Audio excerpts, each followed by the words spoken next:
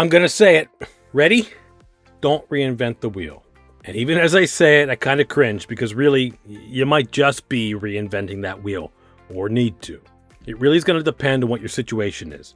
If you've got no clue, do some sleuthing, Sherlock. Talk to managers and workers. Go through files, but don't spend forever on it. If you can't find clear documentation and evidence of a safety program, you don't have a safety program. Or at least, not a well-communicated one. So yeah, you start from scratch. If you find something and after all your conversations you realize it's a load of BS, trash that puppy and start fresh. And for those who are fortunate enough to be in safety leadership for an organization that's already got a good thing going, sweet deal. Orient yourself to everything and go on in that continuous loop of improvement and communication. Not quite sure? OSHA's made it simple to complete program self-evaluations and audits. But yeah, I'm assuming you're starting from scratch. OSHA's also made this part about as easy as it can be by providing worksheets that are aimed at helping you get started and then grow your safety program. If you're really starting from scratch, you're going to need to begin with explaining to other decision makers, like whoever holds the company's purse strings, why you need to build or reinvent a safety and health program. From there, you write a safety and health policy statement.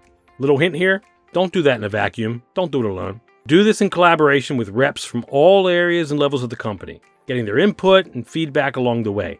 It doesn't help to have safety being just a top-down because they said so sort of thing.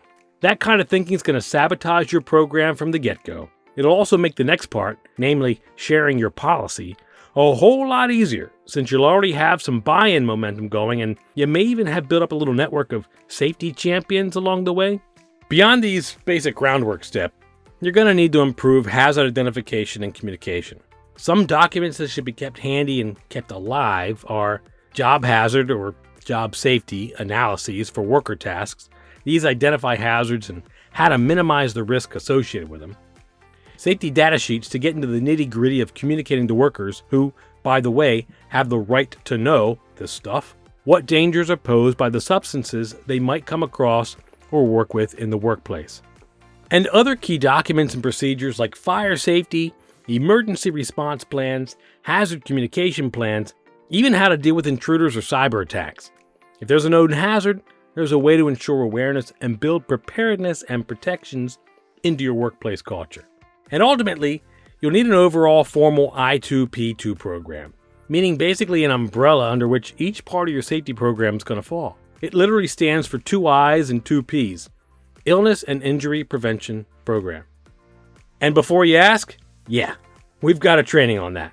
Don't neglect the small stuff either. I already told you how important updated training is, but what about daily conversations on safety? Toolbox talks aren't just for construction sites. Really, any industry should be having regularly scheduled health and safety discussions. And hey, when you're recognizing and rewarding contributions, questions, and achievements, it just becomes, yeah, that's what we do here. Hey, I love it.